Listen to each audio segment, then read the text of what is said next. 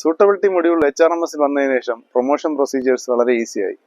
Avenue create ചെയ്യുന്നതും roster വെരിഫിക്കേഷനും DR ക്ലിയറൻസും അപ്പാറും എല്ലാം promotion process ഉള്ളിൽ തന്നെ വന്നത് ജോലി എളുപ്പമാക്കി.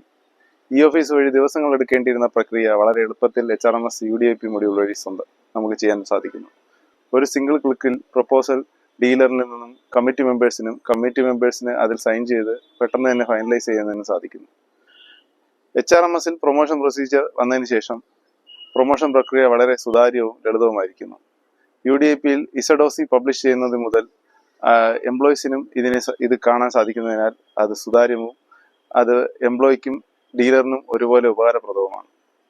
With the introduction of indent module in HRMS, the entire indenting process has become significantly more streamlined and efficient. Current vacancies, including higher grade vacancies, are now automatically reflected in HRMS based on the cadre position. Superannuation vacancies are also fetched by the system without manual intervention. In addition, provisions have been made in incorporating anticipated and unforeseen vacancies. The indent module facilitates a smooth and seamless flow of indenting from the divisional level to the railway board through headquarters.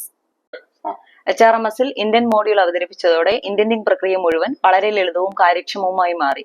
Cadre position പ്രകാരം നിലവിലെ ഒഴിവുകളും ഉയർന്ന grade ഒഴിവുകളും HRMSൽ പ്രതിഫലിക്കുന്നു.